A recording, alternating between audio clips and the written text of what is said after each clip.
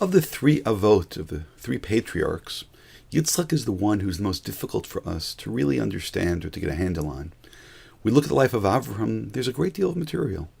We look at the life of Yaakov, there's a great deal of material. We're able to look at both Avram and Yaakov in terms of the various interactions that they have with others.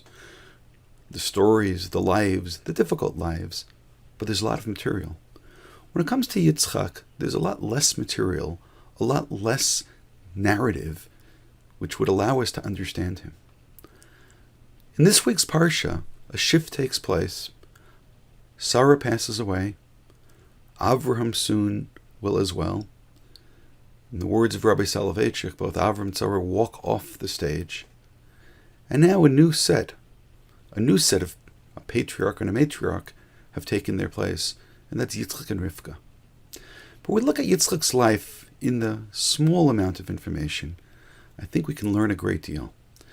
Last week when we had the Akedah, we find something which we need to pay attention to. It's the only time that we have a discussion, a narrative, a dialogue between Avraham and between Yitzchak. It tells us that just the two of them, after they had left the other two aside, just the two of them make their way up the mountain.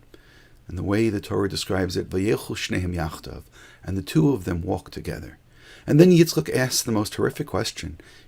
He points out to his father that there is in fact the wood, and there is in fact the fire, and there is in fact a knife.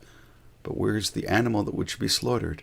Yitzchak seems to understand, have deep understanding, and he knows that something is going to happen, and he understands that there is no offering there.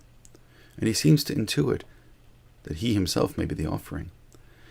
And his father says that God will provide an offering, my son. And then again it says the same words, and the two of them walk together. The two of them walk together because they really did have the same journey, which may sound strange, because they had such different lives. The challenge of Avraham was to be the pioneer, was to be the first one. He's the trailblazer.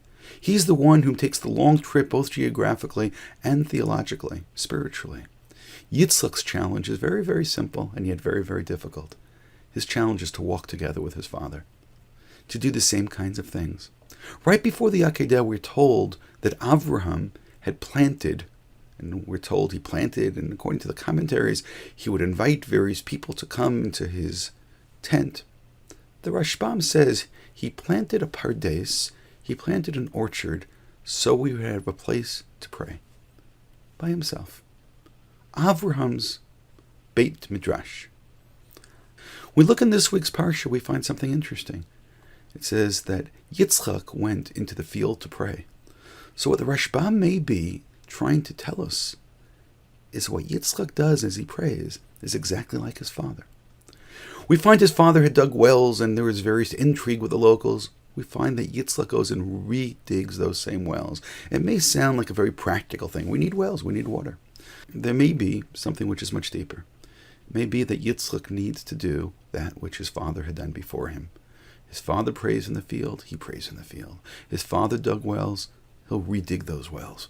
He understands that his position is not to be the trailblazer, is not to be the pioneer, but he has a very, very simple and difficult task, and that is to pass on his father's teaching to his children. Yitzchak, in a sense, perhaps is a trailblazer, because he's the first one who tries to pass on his father's teachings. And we find something else which is interesting, and again, this is a little bit beneath the surface.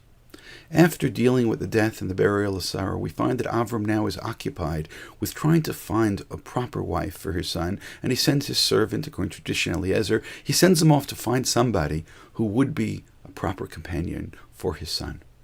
According to tradition, his son was doing something else at the exact same time. We're told later on in the Parsha that Avraham has a relation with a woman named Keturah.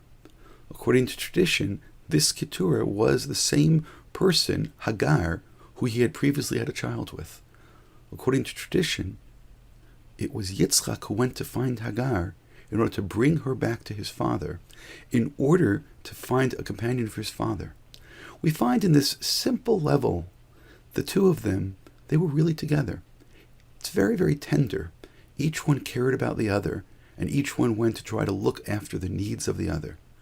Truly, when it comes to Avram and Yitzchak, we can say Vayechu shneim yachtav. The two of them walked together.